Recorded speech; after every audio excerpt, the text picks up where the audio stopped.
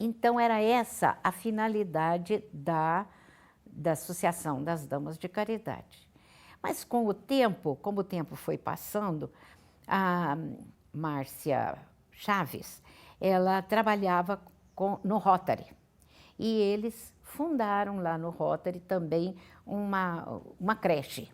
E assim, essa creche, quando a criança entrava nos 7 anos, já tinha que ir para a escola. E a Márcia, então, pensou, vamos ver o que nós vamos fazer, né? O bispo pediu para fazer a creche, então nós vamos ver o que vai acontecer, né? E ia por aí, quando acontece, um presidente tem que mudar, o outro fica doente, o outro muda de cidade. Então, foi paralisando o trabalho da Associação das Damas de Caridade. E em 81, a associação recebe, sem funcionamento, não é? Com 3 elementos só da diretoria, recebeu uma intimação da prefeitura que tinha mandado a cobrança do IPTU para o judiciário porque falta de pagamento. Mas não tinha presidente, tinha só a vice, a secretária e a tesoureira, só. Mas tinha uma conta no Banco do Brasil com uma quantidade suficiente para pagar essa dívida.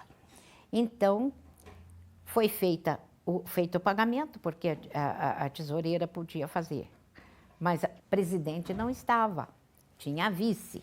Então, foi feito o pagamento com a vice e a tesouraria.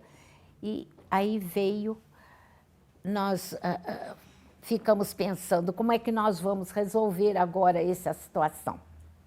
Aí o padre da paróquia, São Vicente Pallotti, que era o padre Francisco, ele veio também conversar conosco. Como é que nós vamos fazer? Porque nós já temos uma propriedade, temos 2 datas compradas para fazer a sede. Para fazer a sede. Isso vinha já das outras presidentes. Perfeito. Né? Vinha das outras presidentes.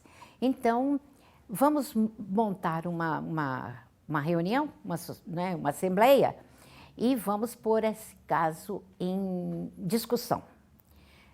Marcamos a reunião lá no salão de festas da igreja São Vicente Pallotti, e assim começamos a reunião com o padre e com as 3 que representavam a associação. E foi posto o problema, não é? Vamos continuar ou vamos entregar? A maioria achou que não podia entregar. Enfrentou. Não podia entregar porque já tinha uma propriedade, não é? Era preciso só atividade. Perfeito. Aí resolveram fazer a eleição da diretoria para começar já de início dessa reunião, já o trabalho para a construção da sede própria. Foi quando a senhora foi aclamada presidente. Aí fui aclamada presidente, e aí foi feita toda a diretoria e começamos a trabalhar. E fazíamos as reuniões nas casas das associadas. Fazia. E ela foi presidente de 81 a 1990. Olha, 9 anos à frente da entidade, ali ainda continua na Rua Avelira, né, dona Avelira, Edna? é. Não, porque aí nós fomos trabalhar para conseguir o necessário para construção. Para construção, não é? Então, estamos pleiteando isso e mais aquilo, e fazíamos almoços, jantares e festas juninas e tudo mais.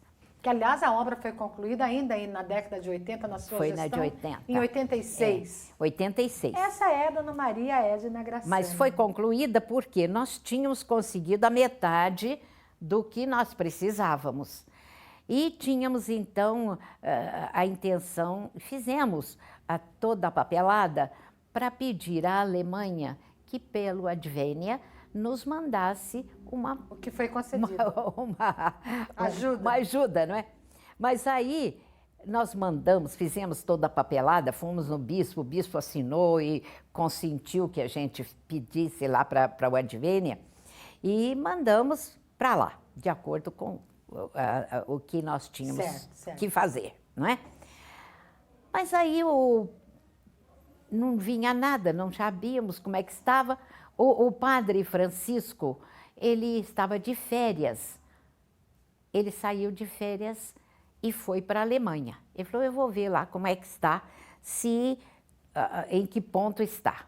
Chegou no Advênia, ele ficou sabendo que quando chegou o nosso pedido, eles já haviam feito as doações daqueles que já tinham apresentado. Então, como nós não chegamos na época... Aguardar. Tivemos que aguardar. Mas ele ficou pensando, eu vou procurar uma outra, eu vou procurar. E procurou uma outra entidade que fazia também doações para cá, para o Brasil, e conseguiu para nós aquilo que nós precisávamos. Era exatamente a metade que nós precisávamos para começar a nossa sede.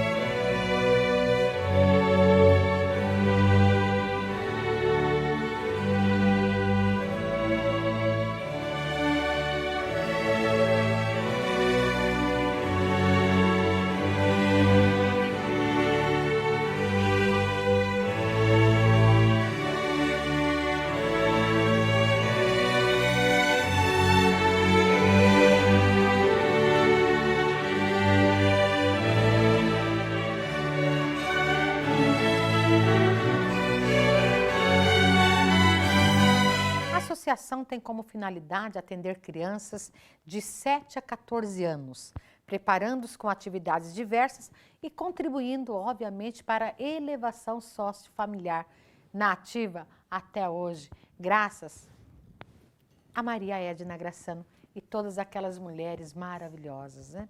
Dona Edna, uma vozinha de rouxinol se destacava entre tantas vozes. Segundo pesquisa da NAIS, no Coral Alvorada, era a voz de rouxinol de Maria Edna Grassano, primeiro coral de Arapongas.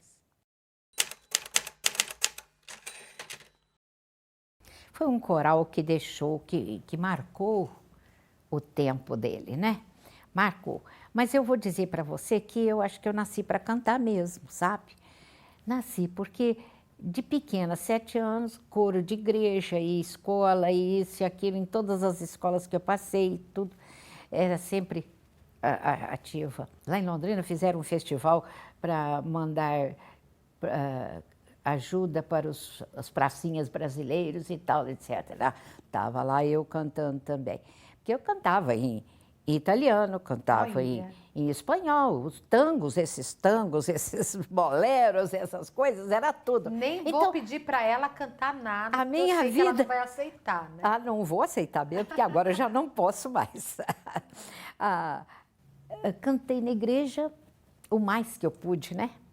E aqui em Arapongas, engraçado, eu tinha a professora de música do colégio, a dona Esther. Esther Otero de Mello. Dona Esther era extraordinária, viu? Extraordinária mesmo no piano. Então, começamos a atender alguns pedidos de amigos que iam se casar e tal, e para cantar. Aí a gente ia lá para a igreja e o nosso casamento geralmente era o das 6 horas da tarde, mas vinha casamento de todo lado e começava às 2 horas, né? O padre começava a fazer os casamentos às 2 horas, porque a cidade era uma evolução constante, né? E aí, quando eles ouviam o órgão tocar lá em cima e tal, e a gente começava a cantar, ensaiar, vinha um lá de baixo, olha, minha filha está lá casando, será que a senhora podia cantar no casamento? Então, a gente cantava também em muitos e muitos e muitos casamentos, sabe? Fiquei, enquanto eu pude, enquanto eu tive condições, eu cantei na igreja fazendo a felicidade dos casórios. Com certeza. Aí uniu-se uma turma para fundar o Coral Alvorada. Aí, não, e depois, aí o MECO que começou a formar porque também depende muito de um maestro. Se você não tem maestro, você não forma um coral, não é? E ele era dinâmico e gostava, entendia, era capaz, né? Capacitado mesmo para isso, e formou o Coral Alvorada, né?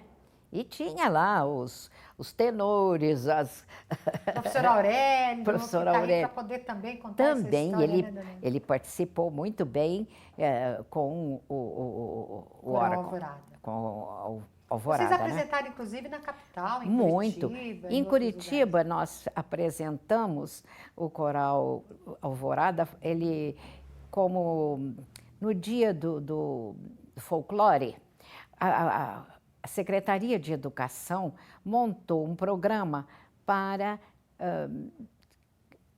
apresentar no Guaíra, no Teatro Guaíra, as etnias que escolheram o Paraná como sua terra.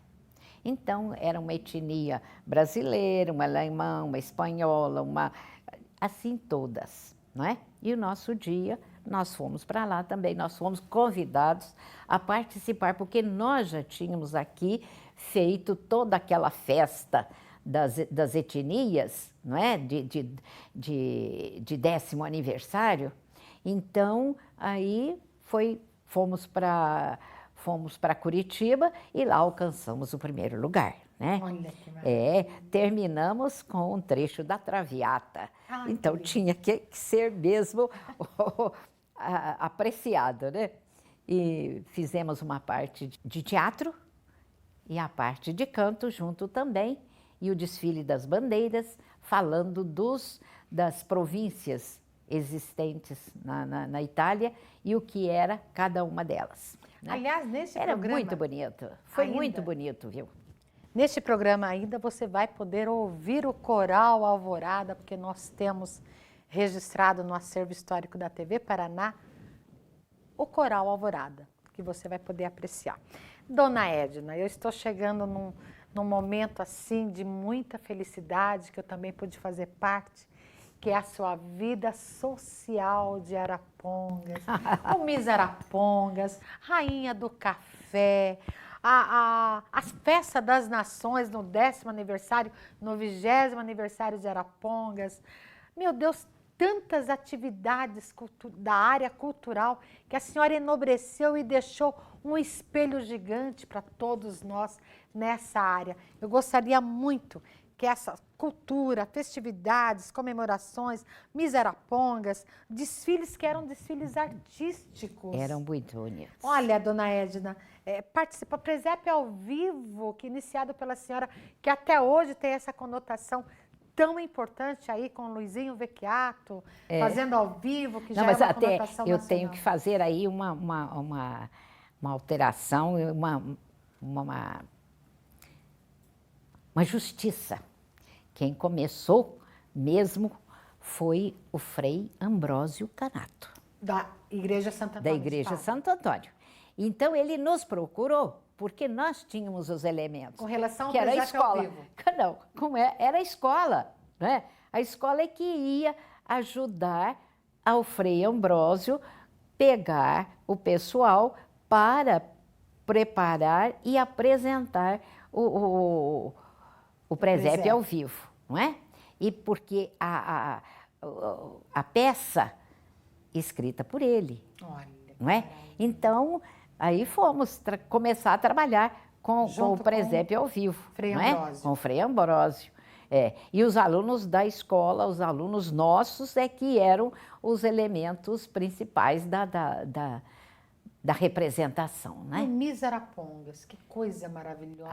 Miss Arapongas. Outro dia eu ouvi lindíssimas. você falando a respeito da primeira Miss. Da primeira Miss, né? Da Célia Canassa. Canassa. Ai, foi tão bonito aquilo, viu? Eu acompanhei a Célia lá em Londrina, porque naquele ano, era Londrina a sede do concurso. Nossa, eu lembro do ginásio de esportes superlotado. Gente, era uma festa que vinha o Paraná para Arapongas. Era a coisa mais linda do mundo, a organização que se fazia no Miss Arapongas. Mas aí você relembra aí a inauguração do ginásio de esportes, que foi o Miss Paraná, né? Daquele ano. Daquele ano foi o Miss Paraná. E eu tive a graça de hospedar a Miss Curitiba. Miss Curitiba. A Miss Curitiba. Foi um desfile bonito na avenida, não é? E depois a representação lá à noite no ginásio de esportes, né?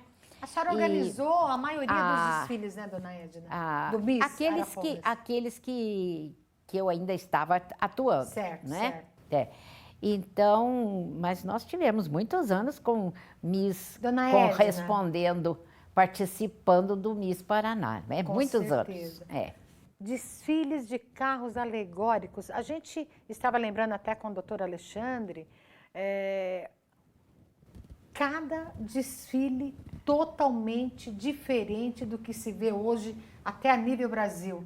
Colônia japonesa, porque cada colônia queria fazer a sua representação mais autêntica, cada um mais autêntico que outro. Bolos gigantes pela avenida. Os portugueses tinham também um carro alegórico assim bonito. O italiano foi lindíssimo eram desfiles dos sonhos, né? Eram mesmo muito bonitos, com a Laura representando a Itália, né? Ostentando aquela grandeza que o seu tipo de pessoa bonita, alta, elegante e tudo mais, né? Representava. Ela representou a Itália, não é? Nós tínhamos coisas Rainha do Café no Clube Rainha do Comercial. Café com a Flérida, não é? Nossa, que lindo! Também acompanhei a Flérida em São Paulo. Macedo. E depois, assim, tudo que representava, não é, atividade artística tinha que correr entre as escolas. Tinha as professoras que tinham que dar aquela colaboração também, não é? E a gente tinha que estar auxiliando, não é? Enaltecendo, procurando, ajudando e fazendo tudo o que era possível, né? E a nossa cidade aparecia muito bem. A Barraca das Nações, que As era a barracas barraca eram japonesa, lindas. brasileira, italiana. Que maravilha, comidas típicas, Nossa. Trajes. Era a união das etnias em Arapongas. Mas é isso que eu começo a lembrar, assim, de que o povo que existia em Arapongas naquela época eram pessoas que queriam que essa cidade fosse uma cidade grande e muito boa, não é? E tudo, por exemplo, o clube comercial foi tudo dos primeiros habitantes, Sim. né? A igreja, aquela primeira igreja de madeira, não é? Certo. A igreja de madeira, não é? Depois a igreja... Quermesses, Nossa, a construção da igreja nova. Todos davam as mãos verdade. e todos colaboravam, né? Muito. Era muito bonita a Padre vida Bernardo Merkel desse foi povo um vulto aqui, viu? histórico da maior importância para a nossa cidade. Aliás, espíritas, evangélicos e outras religiões também apoiavam o Padre Bernardo em toda a comunidade. Em tudo que ele fazia, não é? Que maravilha. Ele deixou muita coisa aqui na nossa cidade.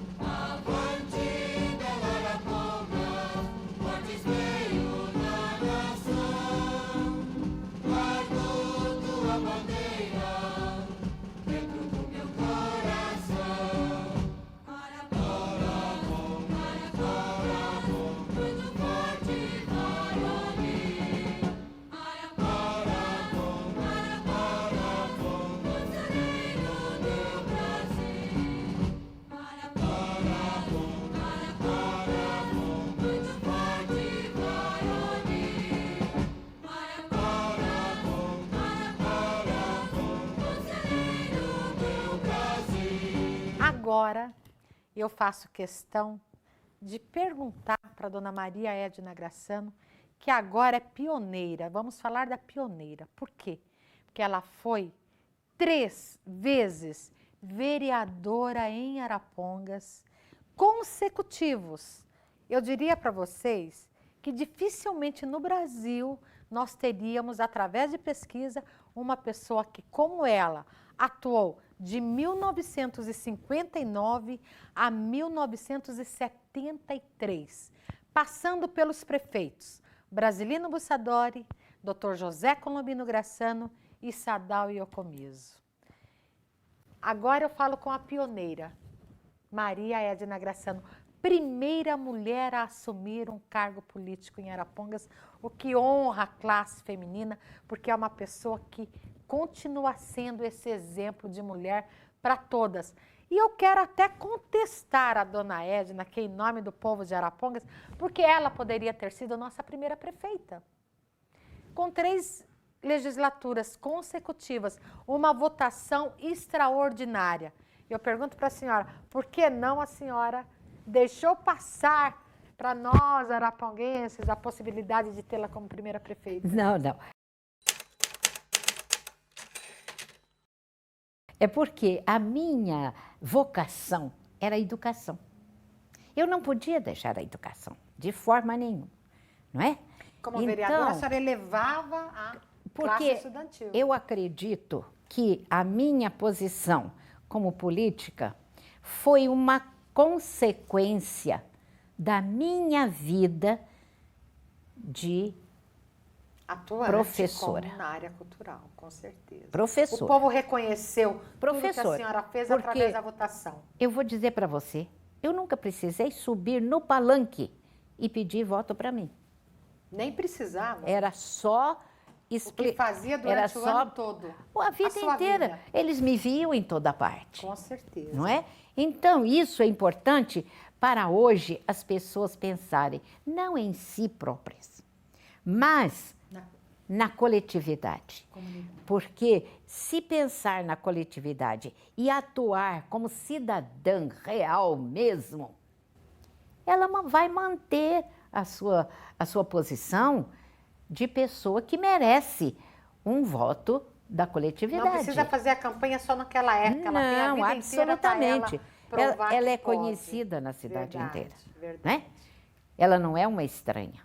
E cada um sabe o que ela faz e o que ela deixa de fazer. Tá aí uma lição para vocês que estão ouvindo o programa, porque ela sabe o que fala e fica aí para nossas futuras, né, vereadoras e vereadores, prefeitos, outros cargos políticos, que faça durante toda a sua vida, porque depois não vai precisar realmente correr atrás de votos. Né? E não precisava a gente dar dinheiro para ninguém. Verdade. Não precisava da cesta básica. Verdade. Não precisava nada. Era apenas e sem remuneração, trabalhar. não ganhava. Ah, bom, ainda tinha isso. Tinha isso ainda. Tinha isso. Que era eleito pelo amor e trabalhava por amor à pátria, à cidade, porque financeiramente recurso nenhum. Não.